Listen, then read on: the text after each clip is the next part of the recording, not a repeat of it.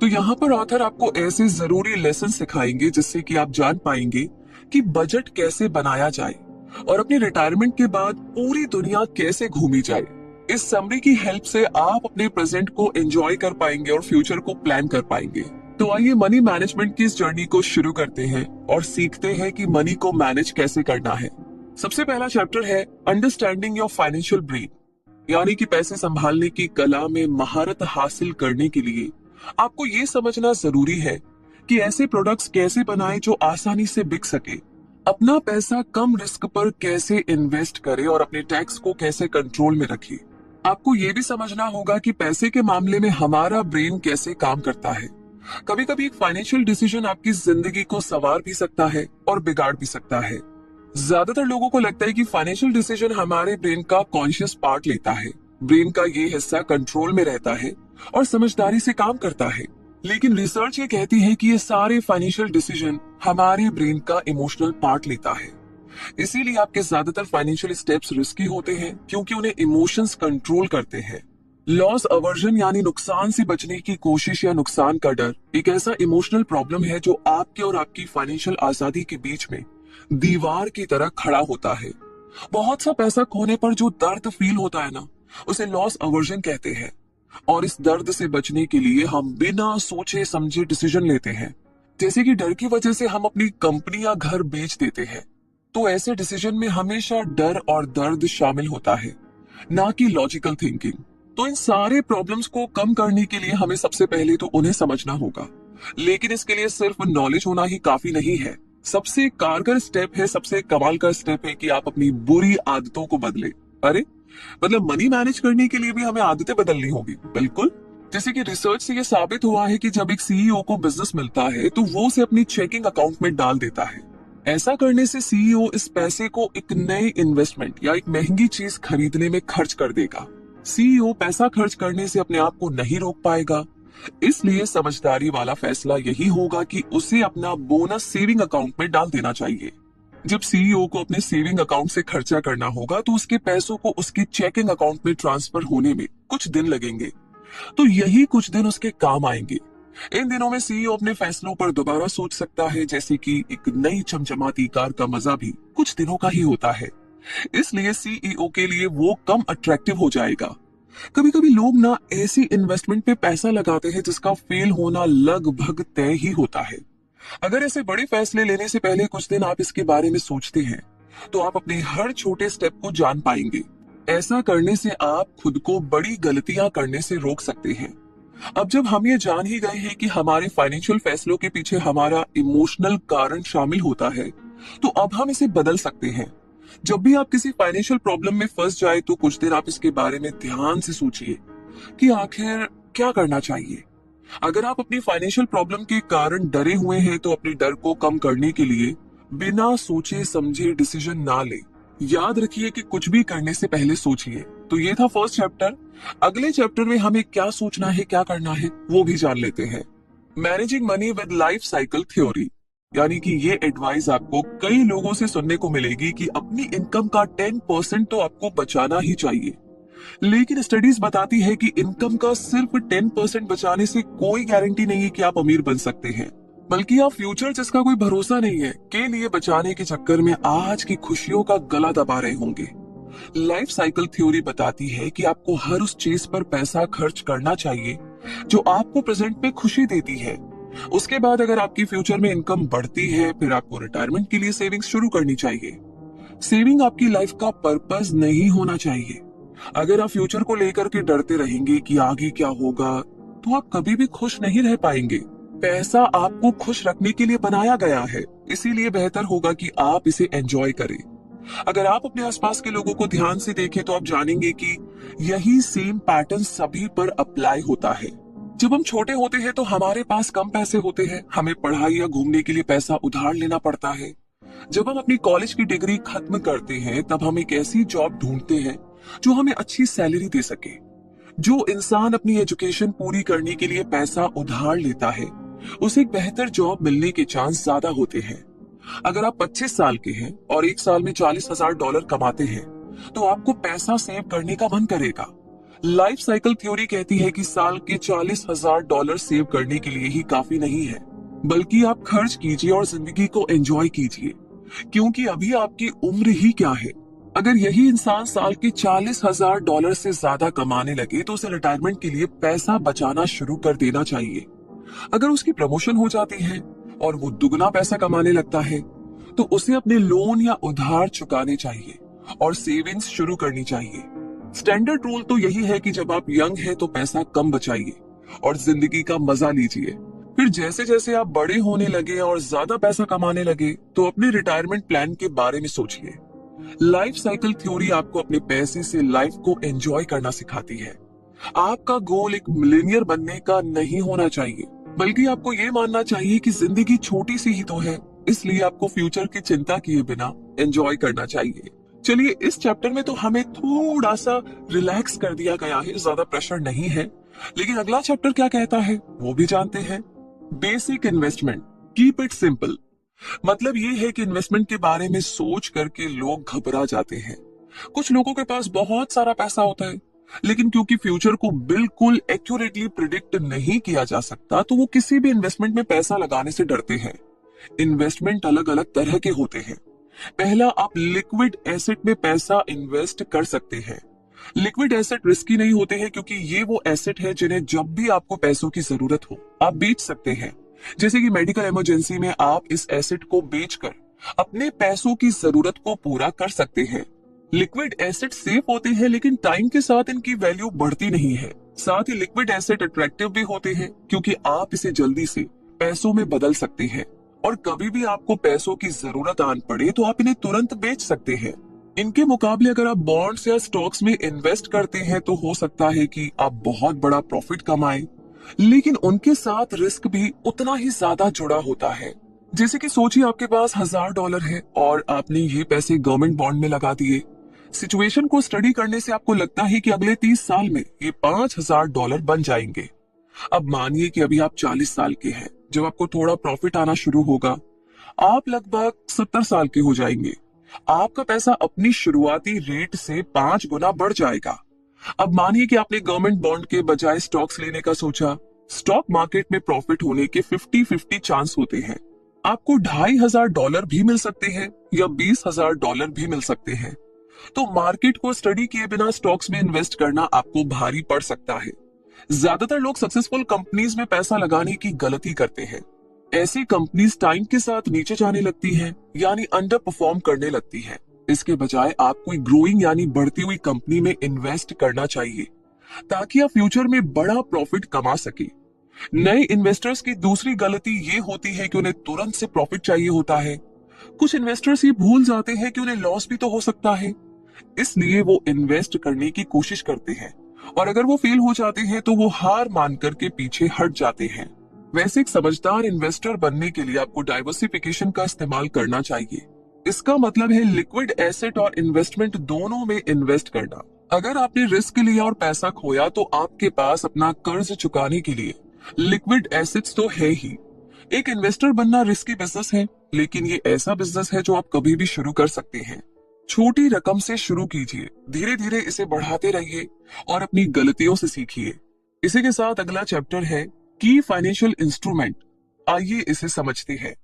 ऐसा नहीं है कि अगर आप अमीर हैं तभी आपको अपना पैसा मैनेज करना आना चाहिए। मनी मैनेजमेंट का मतलब है कि जितना भी आपके पास है उसमें आप अपनी बेस्ट लाइफ एंजॉय कर सके।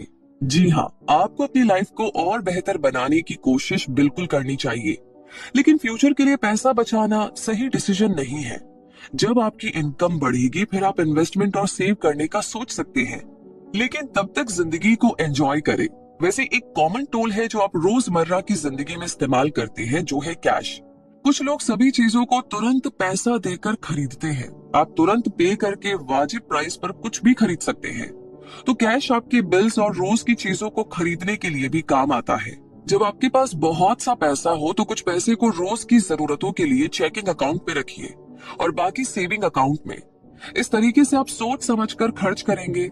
अगर आप सारा पैसा अपने चेकिंग अकाउंट में डाल देंगे तो साल के आखिरी तक आपके पास पैसा नहीं बचेगा। दूसरा फाइनेंशियल इंस्ट्रूमेंट है स्टॉक्स और शेयर्स खरीदना। किसी भी कंपनी को अपने बिजनेस के लिए पैसा चाहिए होता है, इसलिए वो नए इन्वेस्टर्स को शेयर्स खरीदने का मौका देते हैं। इससे वो फ्यूचर में होने वाले प्रॉफिट में से अपना हिस्सा लेते हैं। आप स्टॉक मार्केट को ऐसे समझ सकते हैं जहां पर एक कंपनी नए सप्लाईज और बिजनेस को बढ़ाने के लिए दूसरों से पैसा उधार लेती है। जैसे ही ये कंपनी ग्रो करती है, उसके और ज्यादा प्रोडक्ट्स और सर्विसेज बिकते हैं। उससे होने वाला प्रॉफिट सभी इन्वेस्टर्स में बंटता है, उन लोगों में भी जिन्होंने स्टॉक मार्केट के जरिए उनके स्टॉक में इन्वेस्ट किया है।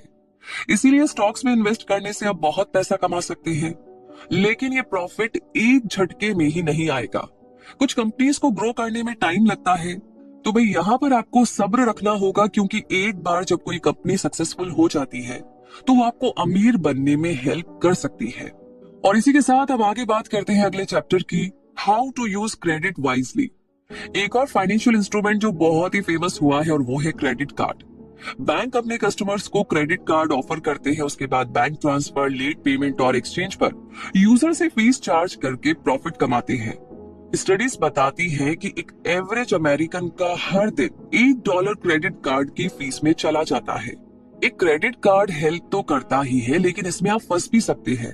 जब आपके पास ऐसी चीज हो जिससे आप कभी भी कुछ भी खरीद सकते हैं, तो आप खर्च करने से पहले सोचते नहीं हैं। आप अपने कर्जे और फ्यूचर प्लान्स की चिंता भी नहीं करते हैं। क्रेडिट कार्ड आपको एक आशा की किरण तो जरूर दिखाता है। आपको लगता है कि आप जी भर कर पैसा खर्च कर सकते हैं और आपके पास उसे वापस करने का काफी सारा टाइम भी बचा है। अगर आप रोज ज्यादा पैसा खर्च करने की आदत डाल लेंगे तो आप अपने आप को रोक नहीं पाएंगे। इससे डील करने का एक बेहतर तरीका है कि जब भी मौका मिले आपको क्रेडिट कार्ड का सारा बिल पे कर देना चाहिए। अगर आपके पास कोई एसेट है तो आप उसे बेचकर क्रेडिट कार्ड का बिल भर सकते हैं, लेकिन अपना क्रेडिट कार्ड बिल पे करने के बाद अगर आप क्रेडिट कार्ड की लिमिट सेट नहीं करेंगे तो आप फिर से नए कर्जे में दब जाएंगे। बेहतर होगा कि आप 1 या 2 क्रेडिट कार्ड ही रखें, उससे ज्यादा नहीं। अगर आप बिना सोचे समझे खर्च करने के आदी हैं, तो आपको कम से कम क्रेडिट कार्ड रखना चाहिए और अपने क्रेडिट कार्ड का बैलेंस भी सेट करना चाहिए। और इसी के साथ अब टाइम आ गया है अपनी शॉपिंग की आदतों को कंट्रोल करने का। सिर्फ इसलिए कि आपको कुछ खरीदने का मन हो गया तो आप उसे खरीद ले, ये ठीक नहीं है।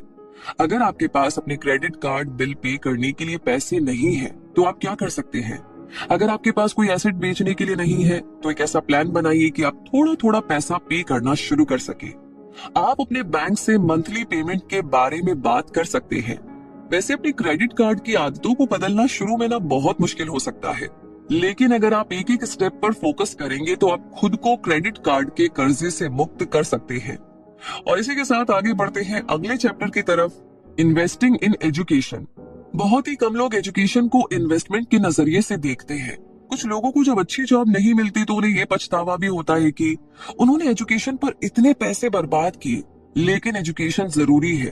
अगर आपको दूसरों से ज्यादा पैसे कमाने हैं तो आपके पास डिग्री होनी चाहिए। डिग्री लेने में भले ही आपके काफी पैसे खर्च हो, लेकिन ये पैसे ऐसी चीज पर खर्च हो रहे हैं जिसकी फ्यूचर में बहुत वैल्यू होगी। कभी कभी लोग गलत सब्जेक्ट ले लेते हैं, इसलिए उन्हें वो पढ़ना पड़ता है जो उन्हें पसंद नहीं है। इस वजह से उनके मार्क्स भी कम आते हैं और ग्रेजुएट होने के बाद भी उन्हें अपनी चुनी हुई फील्ड में काम करना अच्छा नहीं लगता है। इसलिए इससे पहले कि आप एजुकेशन में इन्वेस्ट करें, आपको अपना मनपसंद फील्ड भी चुनना होगा ताकि आप फ्यूचर में अपना काम करना एंजॉय कर सके। दूसरी स्मार्ट चीज ये होगी कि आप जो भी सब्जेक्ट चुने वो थोड़ा सा टेक्निकल हो।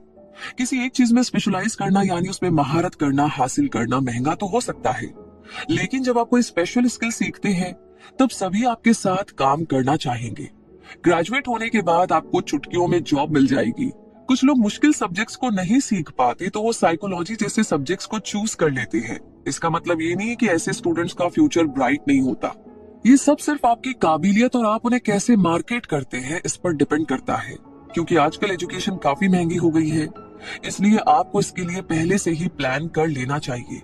आपको ट्यूशन और जरूरत की चीजों के खर्चे के बारे में भी सोचना होगा। अपने रहने और खाने के खर्चे को भी ध्यान में रखिएगा।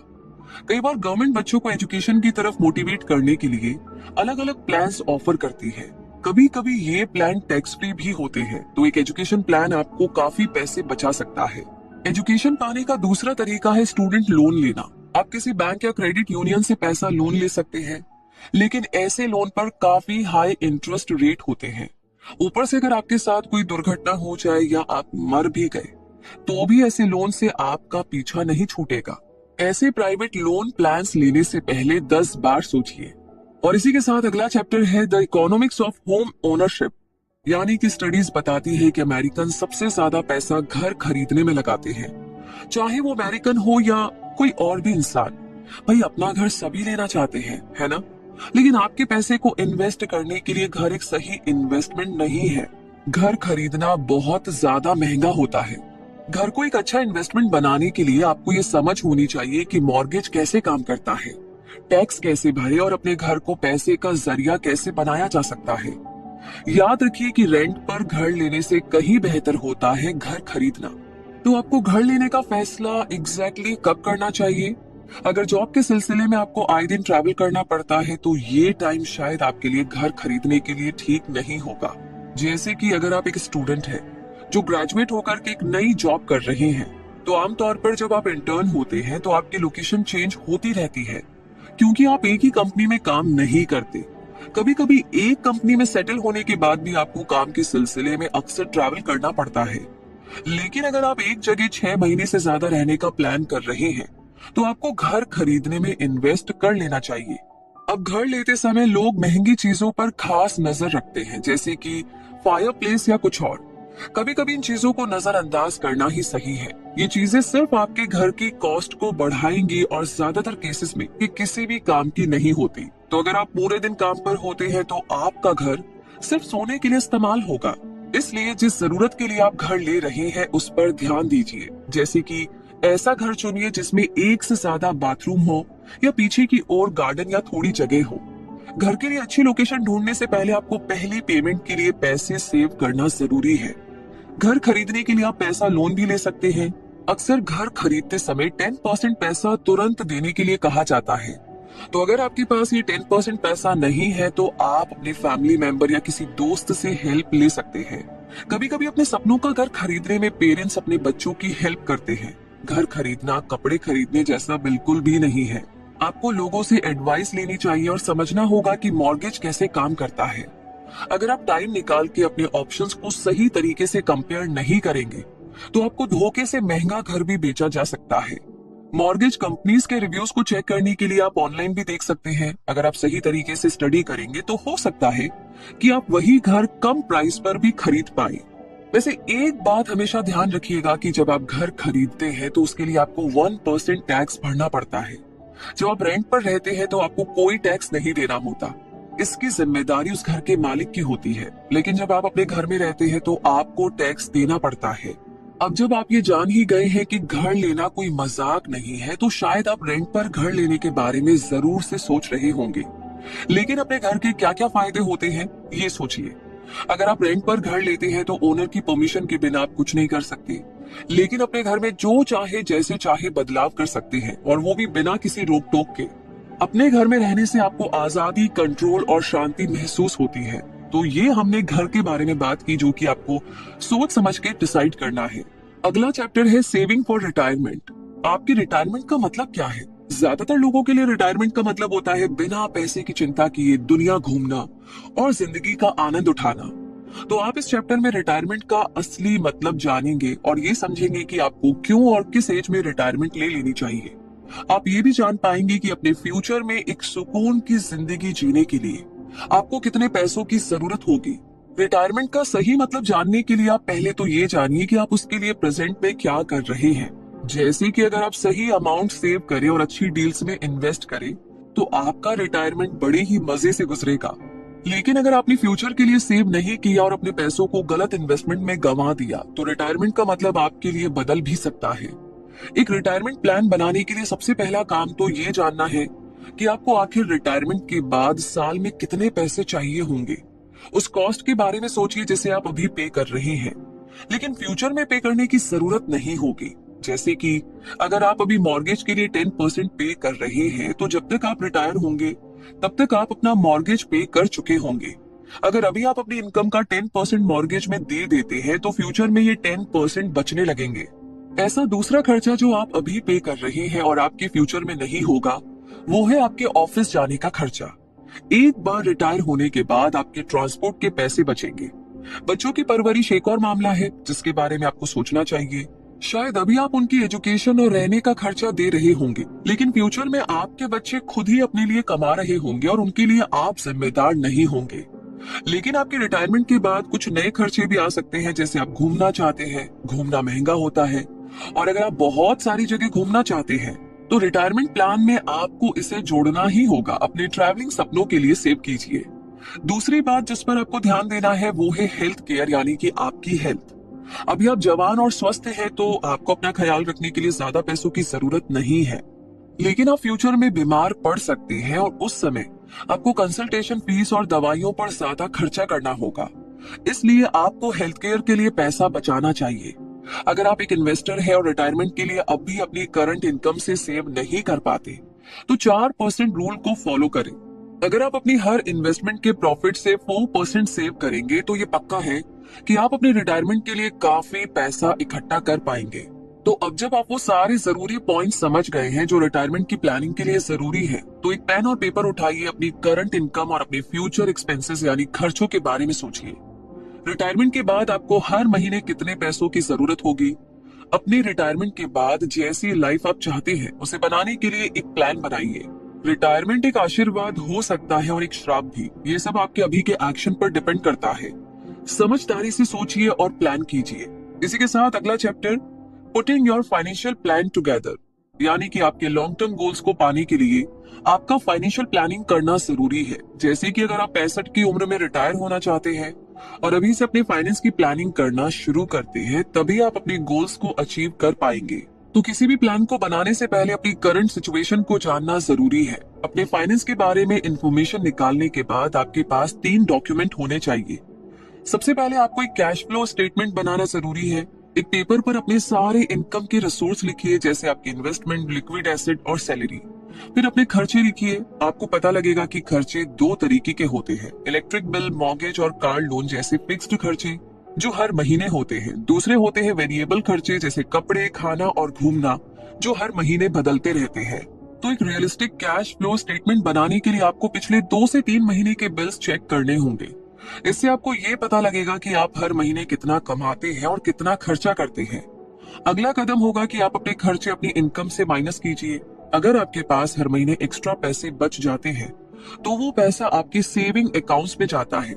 लेकिन अगर आपकी इनकम आपके खर्चों को कवर नहीं कर पा रही है तो ये समझ लीजिए कि आप पैसा उधार ले रहे हैं।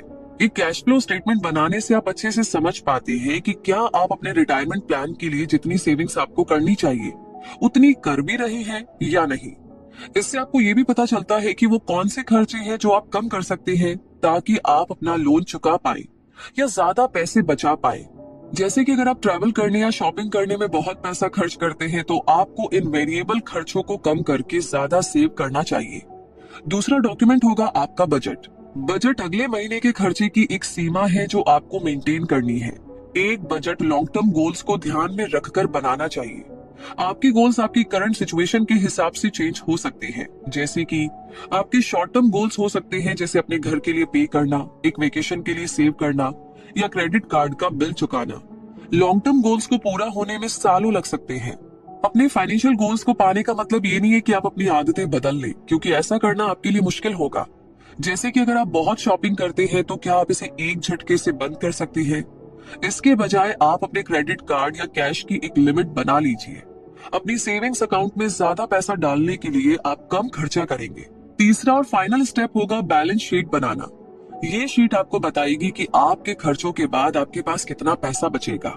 सबसे पहले तो अपने एसेट्स यानी कि लिक्विड और इन्वेस्टमेंट्स दोनों को लिखिए। फिर अपनी लाइबिलिटीज लिखिए, ये आपके शॉर्ट टर्म और लॉन्ग टर्म एक्सपेंसेस यानी खर्चे हैं। अपने सारे एसेट्स लिखने के बाद इसका टोटल आपको आपकी अर्निंग बताएगा। अब अपने खर्चों को इसमें से हटा दीजिए और जो भी बचेगा वो है आपका नेटवर्थ। नेटवर्थ आपको जानने में हेल्प करेगा कि आप अपने फाइनेंशियल गोल के करीब जा भी रहे हैं या नहीं। अगर आप अपना फाइनेंशियल प्लान खुद नहीं बना सकते तो आप किसी से हेल्प ले सकते हैं। एक फाइनेंशियल प्लानर आपको बेहतर रिजल्ट पाने में हेल्प कर सकता है। बहुत से एक्सपीरियंस इन्वेस्टर्स भी गलती कर बैठते हैं और गलत कैलकुलेशन कर लेते हैं। तो अगर आप अपना पैसा खोना नहीं चाहते हैं तो एक फाइनेंशियल प्लानर की मदद लीजिए। और इसी के साथ हम पहुंच गए हैं इस समरी के कंक्लूजन पर कि हमने मनी मैनेजमेंट के बारे में एग्जैक्टली क्या क्या सीखा है और क्या नहीं करना है और क्या करना है जो अभी तक नहीं किया है। तो आइए एक बार फिर से रिपीट करते हैं, दोहराते हैं, ताकि कोई भी पॉइंट ना छूटे। तो मुद्दा मामला ऐसा है कि सक्सेस पाने के लिए स्मार्ट मैनेजमेंट की जरूरत है, चाहे वो टाइम हो, पैसा हो या रिसोर्स, हर चीज का मैनेजमेंट होना बहुत जरूरी है। इस समरी में ऑथर ने समझाया है कि स्मार्ट प्लानिंग की मदद से हम अपने फाइनेंस को कैसे कंट्रोल कर सकते हैं। कुछ नोट्स बनाकर ही हम अपना फ्यूचर बदल सकते हैं। पहले हमने सीखा कि अक्सर हम अपने ब्रेन की इमोशनल पार्ट से फाइनेंशियल डिसीजन लेते हैं। ये पक्का करने के लिए कि हमारे फाइनेंशियल डिसीजन सही और लॉजिकल हों, हमें पैसे खर्च करने से पहले हमें कुछ दिन सोचना चाहिए। दूसरा, लाइफ साइकिल थ्योरी हमें बताती है कि जब तक हमारी इनकम कम है तब हमें जिंदगी को भरपूर एंजॉय करना चाहिए। उसके बाद जब आपकी इनकम बढ़ जाए तो हमें फ्यूचर के लिए सेव करना चाहिए और रिटायरमेंट प्लान के बारे में सोचना चाहिए। अगर हमारे पास एक्स्ट्रा पैसे नहीं है तो हमें फ्यूचर की चिंता किए बिना अपनी जिंदगी को एंजॉय करना चाहिए, खासकर जब हम जवान होते हैं तब। तीसरा, हमने ये जाना कि हम कितने तरीके की इन्वेस्टमेंट कर सकते हैं। हम अपना पैसा लिक्विड एसेट्स या स्टॉक जैसी इन्वेस्टमेंट में लगा सकते हैं। चौथा, हमने सीखा कि हम अलग अलग फाइनेंशियल इंस्ट्रूमेंट का इस्तेमाल कर सकते हैं, कैश और स्टॉक्स इसके एग्जाम्पल है। पांचवा है, अगर हम क्रेडिट कार्ड्स को इस्तेमाल करने से अपने आप को नहीं रोक पाते तो हमें अपनी इस हैबिट को कंट्रोल करना ही होगा। हमें अपनी शॉपिंग करने की हैबिट को कम करना होगा और अपने क्रेडिट कार्ड के बिल्स को पे करने के लिए प्लान करना होगा। छठा है, एजुकेशन हमारे फ्यूचर के पैसों के दरवाजे की चाबी है। हमने ये जाना कि एजुकेशन के खर्चे के लिए आप गवर्नमेंट प्लान, स्टूडेंट लोन या किसी फैमिली मेंबर की हेल्प ले सकते हैं। जितना ज्यादा आप एजुकेशन पर खर्चा करेंगे उतना ही ब्राइट आपका फ्यूचर होगा, लेकिन वो सब्जेक्ट या फील्ड चुनिए जो आपको पसंद हो। सातवां, हमने एक घर खरीदने और रेंट पर लेने के फर्क को भी जाना। हमने ये भी सीखा कि घर खरीदने का सही टाइम क्या होता है और उसके क्या क्या तरीके हैं। आठवां, हमने रिटायरमेंट का सही मतलब जाना। एक सॉलिड प्लान बनाकर हम अपने रिटायरमेंट को एक आशीर्वाद बना सकते हैं। हम घूमने के लिए या कुछ भी करने के लिए काफी सारा पैसा बचा सकते हैं। नौवां, जो कि आखिरी लेसन है, फाइनेंशियल प्लानिंग। अपने पैसे को मैनेज करने के लिए हमें अपने फ्यूचर गोल्स, अपनी नेटवर्थ को जानना और अपने मंथली बजट को फिक्स करना आना चाहिए।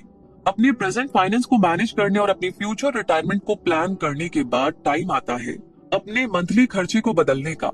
एक मंथली बजट फिक्स कीजिए, अपने रिटायरमेंट के लिए सेव कीजिए और बाकी पैसों को इन्वेस्ट करके और पैसा बनाइए। तो इसी के साथ ये समरी यहीं पर कंप्लीट होती है। ये समरी आपको कैसी लगी कमेंट सेक्शन में लिख करके जरूर बताइएगा। कौन सी टिप आप ऑलरेडी फॉलो कर रहे हैं, उसका क्या इम्पैक्ट है वो भी शेयर कीजिए।